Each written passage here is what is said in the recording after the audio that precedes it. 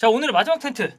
맨체스터 유나이티드 이제 인수 관련해서 좀 다뤄보려고 합니다. 많은 분들이 좀 기다리셨을 소식일 겁니다. 이거 저희가 초반에 얘기를 좀 많이 하다가 너무 지지부진해지는 것 같아가지고 비슷한 얘기를 계속 하다 보니까 이 정탄에서 맨유 인수를 거의 안 했어요. 맞아요. 그리고 이제 그 뒤에 라이스, 마운트 동시에 영입설이 떴던 적이 있잖아요. 김민재 선수도 잠깐만 얘기가 있었고 그때 와 이거 이 선수들 가격이 상당한데 혹시 내부적으로 뭔가 인수와 관련된 진전된 소스가 있나? 약간 그런 어떤 희망을 가져본 정도까지가 저희가 이제 업데이트를 했던 정보였죠. 자, 웃긴 게 지금 황스타피가 얘기하잖아요. 아직도 얘기가 안 끝난 게 레전드다. 그것도 맞아. 아니 지금 레클리프도 그렇고 이 자심도 그렇고 얘기 나온 게 지금 언제냐고. 그니까요. 언제부터 이 얘기를 시작을 했는데 아직도 글레이저는 스탠스를 저렇게 잡고 있냐.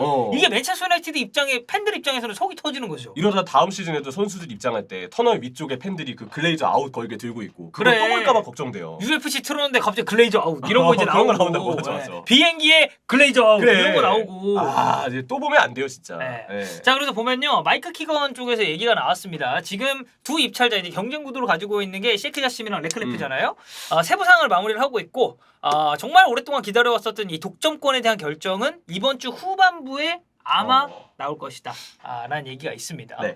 이게 레클리프 측이 원래는 좀 앞서고 있는 것처럼 보였어요. 그래서 이거 카타르 쪽이 나가리 되는 게 아니냐라고 했는데 지난주에 인상된 비드가 들어왔고 카타르 쪽이 굉장한 자신감을 내비치는 게 언론 보도를 통해서도 나왔죠. 네. 그래서 이 카타르 쪽, 이 자심의 비드를 예상을 좀 해보면 50억 파운드, 8조 1119억 정도라고 하고요. 여기에 추가적으로 10억 파운드의 추가 투자를 약속을 했습니다. 1조 6천억이거든요. 야.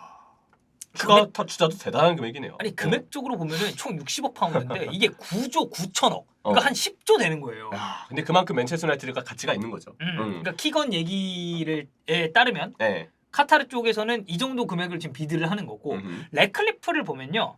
이게 약 60% 정도의 지분 인수에 대한 제한입니다. 지금 언론에서 유력하게 얘기를 하고 있는 게 글레이저가는 맨체스터 유나이티드 전체 지분의 69% 정도로 보유하고 있다고 얘기를 해요. 어디서는 뭐 68%라는 얘기도 있긴 한데 어느 정도 오차가 있지만 근데 레클리프는 그중에서 60% 지분 인수에 대한 제한을 한 거고 나머지는 그러면 글레이저가한테 남아 있는 거예요.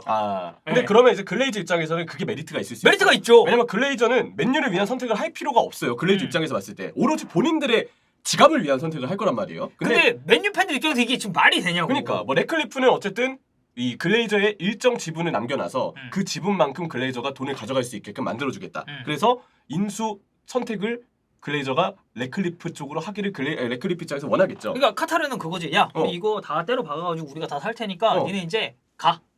이제부터 맨유는 우리가 운영할게. 이건데 레클리프는 선생님. 자, 제가 생각을 좀 해봤는데요. 69% 갖고 계시죠? 네. 그러면 제가 어쨌든 이제 구단주가 좀 되고 싶으니까 60% 드릴게요. 대신에 9%는 그 님들이 좀 갖고 계시고 그래요? 추가적으로 맨체스터 유나이티드에 남아 계시면 됩니다라고 얘기를 하는 거죠. 그럼 내 돈은 계속 들어오는 거네요. 그렇죠. 좋아. 일 안 하고 돈 쉽게 설명했을 때 막 이런 것들. 그런 느낌이라는 건데 그러니까 팬들은 카타르 쪽의 자본을 아마 많이 원했을 거예요. 그렇죠. 카타르 쪽은 그 루머 나올 때부터 계속 그 얘기했었어요. 빚도 다 탕감해주고 재정적인 지원도 다 해주고 글레이저 그냥 아예 내보내겠다. 왜냐면 징글징글하지. 그러니까. 맨유 팬들 입장에서 글레이저는. 그래서 카타르 쪽에 대해서 팬분들이 응원하는 거 정말 많이 이해가 됐어요. 그래서 이제 카타르 쪽이 얘기를 하는 게 글레이저가 매각을 원하는지 아니면 부분 판매를 원하는지에 대해서 결정이 좀 달라질 것이다라는 얘기가 나왔고 작년 11월부터 인수 얘기가 계속 나왔습니다. 그리고 이번 주 수요일부터 열리는 이적 시장 때까지도 마무리가 안 됐어요. 그래서 이 맨체스터 유나이티드 내부 스태프나 관계자들도 이게 불만이다. 왜냐면 아니 7개월이 지났어요. 맨유 인수 얘기가 나온 게. 몇몇 구단들은 이제 오피셜도 뜨고 있는데 이제 영입 전략 갖고 우리가 얼마나 어느 정도의 돈을 쓸지 이제 윤곽을 잡으려면 인수 문제 빨리 해결돼야죠. 답답할 수밖에 없습니다. 자, 원래 이제 레클리프도 69% 얘기를 했었어요. 근데 이 비드가 이제 왜 인수 비율이 왜 낮아졌냐면 아까 얘기한 거예요. 지금 수치가 69%에서 60%로 낮아진 건데 이건 결국 글레이저가가 지분을 유지할 수 있는 방안입니다.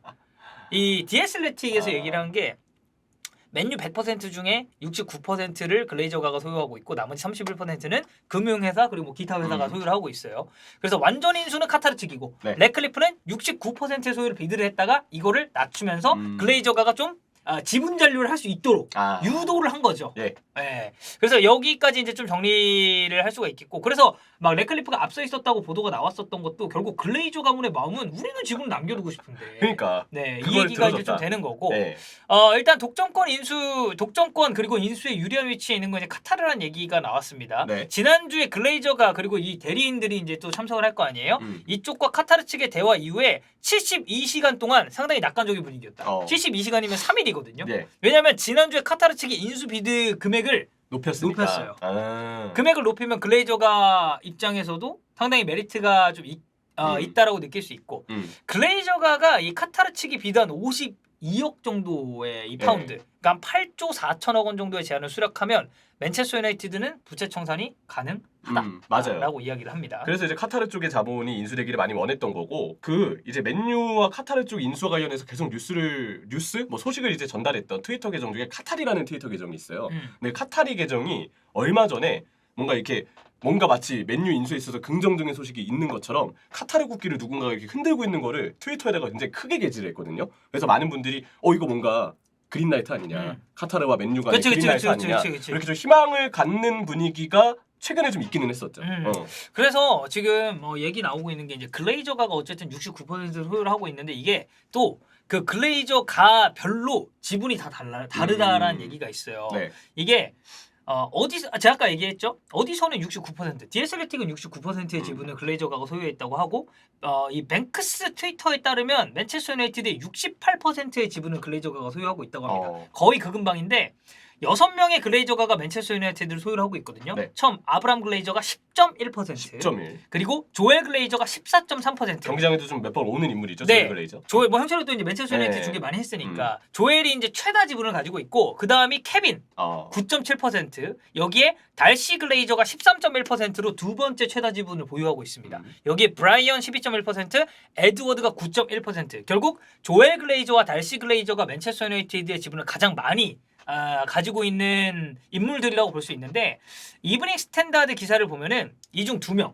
조엘 글레이저랑 아브람 글레이저는 지금 맨체스터 유나이티드 공동 회장이잖아요. 그쵸. 그리고 나머지 4명은 케빈 다시, 브라이언 에드워드가 맨체스터 유나이티드 이사입니다. 근데 이 공동 회장 아브람과 조엘은 맨체스터 유나이티드가 완전히 인수되는 거를 원하지는 않는다고 해요. 이 말을 돌려 말하면 뭐냐? 결국 레클리프 제안을 좀 받아들이기를 원한다. 이게 완전 인수가 아니라 이제 부분 인수를 좀 했으면 좋겠다라고 얘기를 하는 거죠. 글레이저 입장에서 그게 더 이득이니까. 아까도 우리가 얘기했듯이 어쨌든 본인도 지분을 남겨놓는 게 돈은 계속 들어올 수 있는 구멍을 만들어 놓으니까. 그래서 이 레클리프가 이제 제안했었던 그 2명 글레이저 잔류 허용은 아마 아브람과 조엘이 그대로 남아있는 그림이 될 것이다. 네. 라고 현재 언론은 추측을 하고 있고, 나머지 4명인 케빈, 달시, 브라이언, 에드워즈는 맨체스터 유나이티드가 전체 매각됐으면 좋겠다. 그래서 이 카타르 제안에 상당히 끌리고 있다라는 보도가 많습니다. 그러니까 글레이저가 우리가 구체적으로 확실하게 알 수는 없지만, 글레이저가 6명 이 내부에서도 둘 넷으로 쪼개져서 의견의 대립은 좀 있는 것 같다. 라는 생각이에요. 어쨌든 이게 어떻게 결론이 될지 모르겠지만 굉장히 실망스러운 거는 6월 중순이다 되도록 아직도 결론이 안 났다는 거예요. 그리고 이적설 관련해서 맨체스터 유나이티드가 갈수록 이제 좀 뭔가 이적료를 이제 더 드려야 돼, 더 투자를 해야 될 선수들이 링크가 좀 나고 있잖아요. 그래서 되게 많이 기대를 했어요. 뭔가 그래도 내부적으로는 이미 인수 관련해서 진전된 게 좀 있나 보다. 그러니까 이적설도 갈수록 뭔가 금액의 어떤 범위나 이런 부분들이 커지고 선수도 다양해지고. 그 예시를 들자면 그거예요. FA인 라비오보다도 오히려 돈이 더 드는 선수들 링크가 더 진하게 나는 걸 봐서는 그러면 뭔가 구단이 이제 돈을 쓸 수 있게 된 것 같다. 그러면 인수가 긍정적인 게 아닌가라고 기대를 했는데, 지금 나왔던 최근의 소식들을 보면 그거 아직까지는 모르는 거네요. 아직까지 어디가 인수를 할지도 모르고 어떻게 진전이 있을지도 모르고, 제가 볼 때 여전히 시간이 좀 쓰일 것 같은데 그게 조금 실망스럽다 정도로 봐야 될 것 같습니다. 그러니까 이게 맨체스터 유나이티드 팬분들 사이에서 굉장히 좀 논란이 많이 되고 답답한 이유는, 맨유도 올 시즌에 보강 포인트가 분명히 있습니다. 있죠. 뎁스 얼마나 안 좋아. 네, 맨체스터 유나이티드 이제 결산 때도 얘기를 했었잖아요. 이 팀 올해 굉장히 성공적인 팀이다. 왜? 리그컵 우승했고, FA컵 결승 갔고, 시즌 말미에 챔피언스리그 진출 티켓 따면서 마무리를 했어요. 네. 거기에 턴아웃 첫 시즌인데 트로피가 있었다? 이거 자체로도 굉장히 리스펙트를 해야 되는데, 그렇다고 해서 맨유가 지금 보강 포인트가 없느냐? 이적 시장에서 손 놓고 있어야 되느냐? 그리고 링크난 선수가 없느냐? 아니거든요. 그런 인수 절차가 마무리가 돼야 그치. 본격적으로 이적 시장에서 뭔가를 할 거 아니에요. 글레이저가 막말로 지금 판매를 하려고 하는 입장에서 이적 시장에 원래도 돈을 풀지 않았지만 돈을 풀겠냐고요. 절대 안 풀죠. 네. 이 인수사가 길어지면 그 동안은 더 안 풀 거예요. 이거 예전에 그때 생각나는데 뉴캐슬도 마이클 애슐리 구단도 있잖아요. 진짜 힘들었지. 진짜 시간 오래 끌었어요. 애슐리 애초에 돈도 안 쓰는데 그때 인수되는 과정 자체로 좀 기대했던 것보다 좀 많이 시간이 길어지면서 오히려 뉴캐슬은 전력 보강 타이밍도 좀 놓치고 오히려 그동안 좀 성적도 위기를 맞고 막 그랬던 시기가 있었거든요.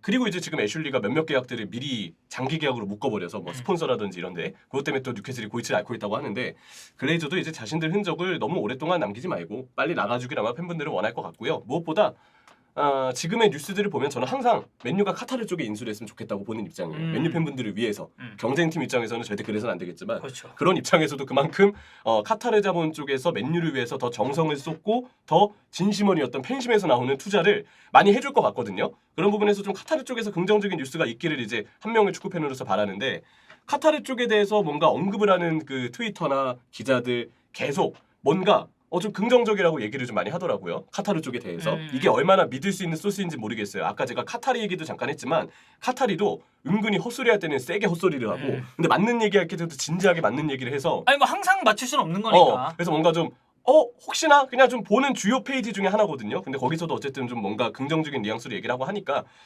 얼마나 믿을 수 있을지 모르겠지만 카타르 쪽이 과연 얼마나 이견이 없이 좁혀질지 그런 부분들이 좀 궁금하긴 합니다. 그래서 저는 개인적으로는 그러니까 이번 주에는 좀 마무리가 됐으면 좋겠어요. 그래야 돼. 그러니까 맞아. 우리도 맨날 이제 정태현에서나 데일리로 이렇게 맨유 인수 관련을 좀 다룰 때 오늘 이런 소식이 있습니다.